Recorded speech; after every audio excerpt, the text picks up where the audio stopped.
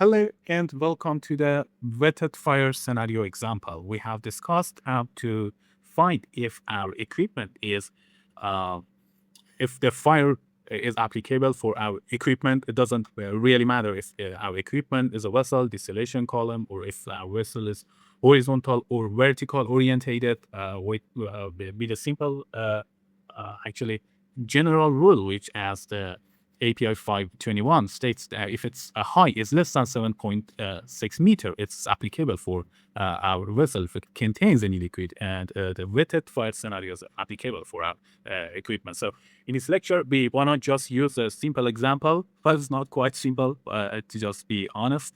I provide a mixture of the hydrocarbon and other component within this example to actually teach you how to actually do the manual calculation of fire wetted scenario. And additionally, you will in this lecture, you want to learn how to find the latent heat of mixture in HYSYS. As you know, there is no single button within the HYSYS software to find the exact value of the latent heat when it comes to the mixture. And it could be quite challenging to find the exact value of the latent heat. And then once you specify the amount of energy that a vessel or our equipment can absorb per, once you actually find that energy and finding the latent heat, you can find, consequently, you can find the relief load, right? So let's start with a manual calculation of the amount of energy that the vessel can absorb within our example. So as you can see within this figure, we have a horizontal orientation vessel that its set pressure is 25 bar gauge and its operational pressure and temperature is 20 bar absolute and 60 degrees C respectively. And elevation of this vessel is 5.5 meter and the elevation of liquid within this vessel is 1.25 meter. And all the geometry of the vessel are provided, as you can see. So let's jump in and learn how to find wetted surface area within this horizontal vessel. So let's start with the height of the liquid. As you know, the summation of the height of the liquid within this vessel and its elevation of the vessel. I mean, since summation of these two values is 6.75 meter and its value is less than 7.6 meter, and it means that our vessel is exposed to the fire, and the fire should be considered in this case. So, but the question is here, for how much of this liquid the fire is applicable? So since our calculated value is less than as the value that recommended by the API 521, and it means that the height of our liquid that exposed to the fire is actually 1.25 meter. It means that all of this liquid within this vessel is exposed to the fire. So the next step is to find the S. When it comes to the vessel, we have head that we should initially find the S. And as you know, the diameter of vessel is 2 meter and the liquid level is higher than the center line of this vessel. And it means we should use this correlation. So let's substitute those value within this correlation. Well, once you substitute all those values within this correlation, you can find the S, which is in this case is 3.64 meters. So let's calculate and substitute the value that are provided within this case within the wetted surface area. As you know, the wetted surface area correlation is provided, and let's substitute within all those value within this correlation. So as you notice, wetted surface area within this case is about 27 actually square meter. So we can easily find the amount of energy that this vessel can absorb when it exposed to the fire. So let's consider we do not have sufficient equipment or for extinguishing fire. So we should use this constant as API actually recommended. And for simple analysis, let's consider our environmental factor is 1 and times wetted surface area, and it should be powered by 0.82.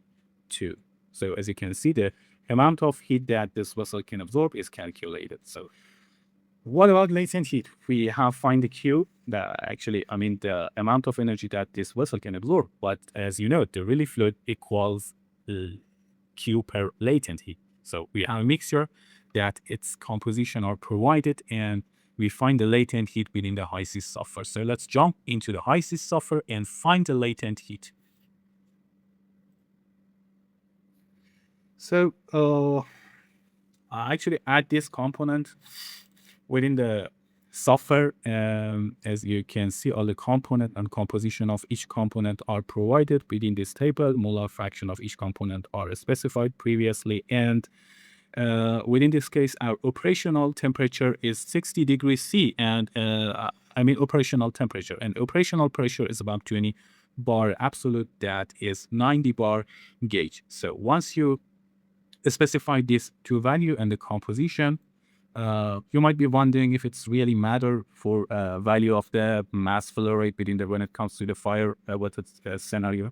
So my simple answer is that no, it doesn't really matter how much you want to specify for the mass flow rate, because when it comes to the PSV sizing, we should size a PSV that can handle the amount of vapor that generated during fire exposure, So the mass flow rate of our operational condition does not really matter. So we should size a PSV for the amount of vapor that generated during the fire. That is really matter. So just specify the actually a random value for the mass flow rate, as I have specified 1 kg kilogram per hour. So once you set up your operational stream, as you know, this our mixture is about 50% of liquid and gas, and it means, as you know, that when it comes to the fire scenario, we just consider actually amount of liquid that exposed to the fire. So that 50% of the vapor doesn't really matter. So we should consider the amount of liquid that exposed to the fire. So we should, in this case, we have two separate liquid and vapor. So as you know, add a separator within the simulation environment and connect your operational stream to the separator and specify top and bottom stream. So once you do that, as you know, the stream 2 is totally liquid and stream 1 is totally vapor, but we want to work with stream 2 because this is the actually entire amount of liquid that exposed to the fire. So now what it really matter here is that this stream is operational, is actually is operating at operational conditions. As you can see, its temperature and pressure as set as operational temperature and pressure, and we should adjust its pressure to the relieving pressure, right? So my recommendation is that to just copy data of the stream 2 into a stream 3 by actually simply defining from a stream and select a stream 2 and click on OK. So we copy the data from a stream 2 into a stream 3, and I want to just adjust the relieving pressure just right here, specify the relieving pressure. And as you know, the relieving pressure for fire case scenario is the design pressure times 1.21, has the API 521 recommended. So once you multiply those two value, our relieving pressure is 30.25 bar gauge, right? So we have the relieving pressure, and we should initially find the relieving temperature. And you might be wondering why we should actually find the relieving temperature. But my simple answer is that because, as you know, within this correlation, which relief load equals Q per latent heat. And the latent heat, as API 521 recommended, should be calculated at relieving condition. And the relieving condition means that our pressure is at its relieving condition, and our temperature should be specified as relieving temperature. So we have a liquid that its pressure is specified, right? And we want to find the relieving temperature. And you know that if you want to make a saturated liquid, should you actually have to delete the temperature value within this cell and specify 0 as the vapor fraction. It means that all of our liquid within this stream 3, is actually saturated liquid, right? And its pressure is relieving pressure, and it's reached to the point where it completely turned into a saturated liquid. And this temperature is our relieving temperature, right? 150.2 degrees C. And I want to find the final relieving temperature as well. This is 150 actually degrees C is initial relieving temperature, and I want to find the exact value of its final relieving temperature as well. I want to tell you why. So specify just one, we turn it totally into liquid, and as you notice, our final relieving temperature is 207 degrees C. So uh, uh, once you do that, you actually delete this value of the vapor phase fraction and set this temperature at your initial relieving temperature, which was 150.2 or maybe 3, I don't know, but it was about this. Yeah, it's about the relieving temperature. That's quite so. We have the initial relieving temperature and the final relieving temperature, and our pressure is specified as well.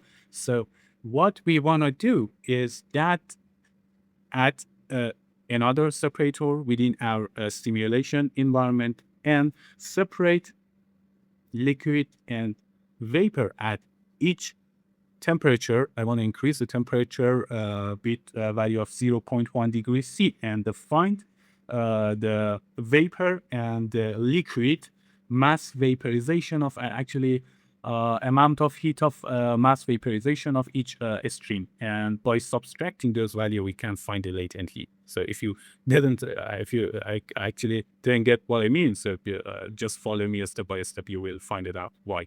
So connect this stream to the separator. This stream, just make sure that your stream is at its relieving pressure and relieving temperature, as I have discussed earlier. Okay, so if we have vapor, that if we go to the property tab, we have a value of the mass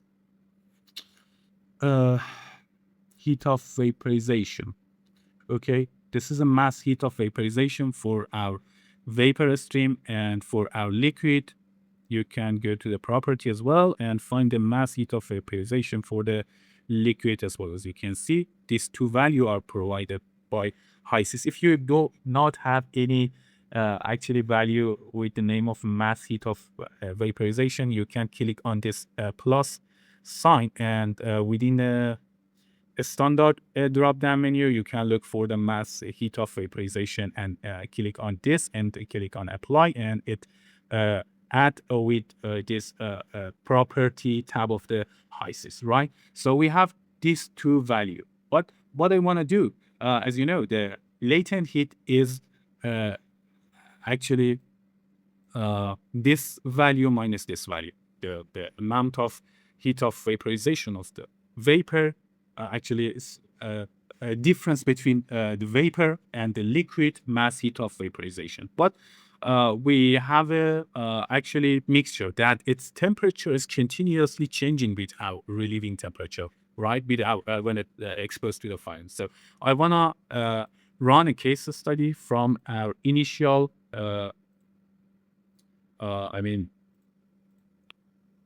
our initial relieving temperature, right, to the final relieving temperature. As you can see, I want to change temperature of this stream, which is stream 3, from its initial relieving temperature, which is 150.2 degrees C, up to 207 degrees C, and find the mass heat of vaporization for the top and the bottom, which are vapor and liquid stream respectively. And by actually subtracting those value at each increment, I can find the exact value of the latent heat at different actually relieving temperature, right?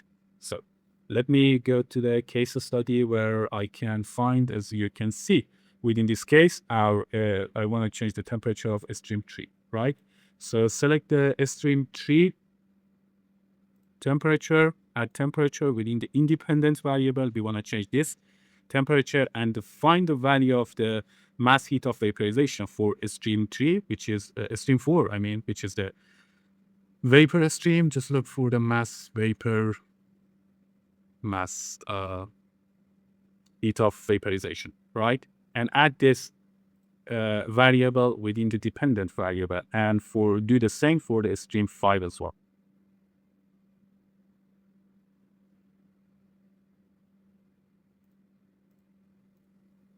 Well, once you add those two value, you can go to the setup and set the initial relieving temperature as the start point, right? And our final relieving temperature, as I have discussed, is 207 degrees C. And our step size, so you can add a random value or whatever you want to add just right here. So we have about 900 step for our case. So run your case. The software is going to change the temperature from its initial temperature, initial relieving temperature, to its final relieving temperature, and reporting amount of mass heat of vaporization for the vapor and liquid respectively. So as you know, we can send this data into the Excel, and let me save it as, for example, uh, uh, 00, for example, doesn't really matter. So once you send your data into the Excel, open your Excel file, and as you notice, all the data are provided within this table, right? So for each increment, as you can see, our pressure is the relieving pressure, you know that, and our temperature is from its initial relieving temperature up to its final relieving temperature, which was 207 degrees C, right? So what I want to do now is to find the exact value of the latent heat within each increment, and it would be actually this value minus this value. So the first column is the mass heat of vaporization for our vapor SC, and the second column is the mass vapor heat of vaporization for our liquid. So actually, by subtracting these two values, we can find the latent heat at this temperature, right? And you can apply the formula for the entire column of E. As you can see, different value are provided within this column that actually it correspond to each temperature, actually latent heat. So within this temperature, for example, at 131.6 degrees C output, latent heat is 373. So within this way, you can find the exact value of the latent heat for each temperature. So as you know, our actually the Excel are provided the minimum and the maximum and the minimum value within this table, and you can use this value for relieving calculation, right? And this is the minimum value of the latent heat. But some engineer recommended to find the average of this value, but I don't know if it's correct or not, if it's logical or not. But since let me just divide this value by 2. But since the API 521 recommended that we should vaporize our stream up to 10% of its molar, actually up to 10% of the molar composition, yeah, right. And find the minimum value of this latent heat and substitute that value within our relief load correlation, right?